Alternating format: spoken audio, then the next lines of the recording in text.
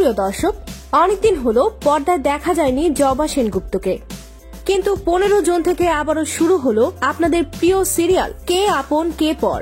কে আপন কে পর সিরিয়ালের জবা সেনগুপ্তকে নিয়ে আজকে আমাদের এই স্পেশাল ভিডিওটি। আপনারা কি জানেন জবা সেনগুপ্ত ও মিঠুন চক্রবর্তীর মধ্যে বাস্তবে কি সম্পর্ক? জানতে হলে এখনই আমাদের চ্যানেলটি সাবস্ক্রাইব করে ভিডিওটি দেখতে থাকুন। কে আপন কে পর সিরিয়ালের নায়িকা জবা সেনগুপ্তের মিডিয়াতে আসার পিছনের গল্প অনেকেরই অজানা। তার আসল নাম পল্লবী শর্মা। মিডিয়াতে কাজ করাটা শুরু হয় তার যখন 13 বছর বয়স তখনই, কিন্তু ততটা লাইমলাইটে আসতে পারেননি পল্লবী শর্মা।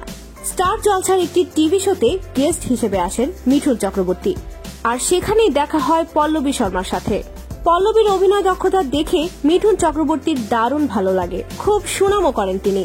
পরবর্তীতে পল্লবীও মিঠুন দাদার সাথে কথা বলেন এবং তাকে জেঠু বলে সম্বোধন করেন। তাতে করে খুব খুশি হন মিঠুন চক্রবর্তী।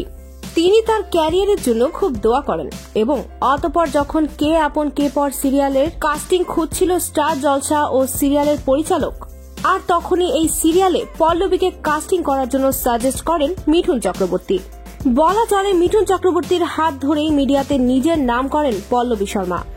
তবে এই গল্প অনেকেরই অজানা, কেননা মিঠুন চক্রবর্তী নিজের সুনাম পছন্দ করেন না।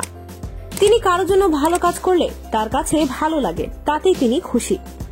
পল্লবী শর্মা একবার এক ইন্টারভিউতে বলেন, মিঠুন জেঠু আমার বাবার মতো।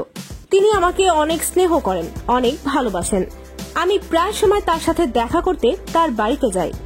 আমিও তাকে খুব ভালোবাসি। আমার অভিনয় দক্ষতা বাড়ানোর জন্য আমাকে অনেক অনুপ্রাণিত করেন তিনি। আমি সত্যিই চিরকৃতজ্ঞ থাকবো তার কাছে।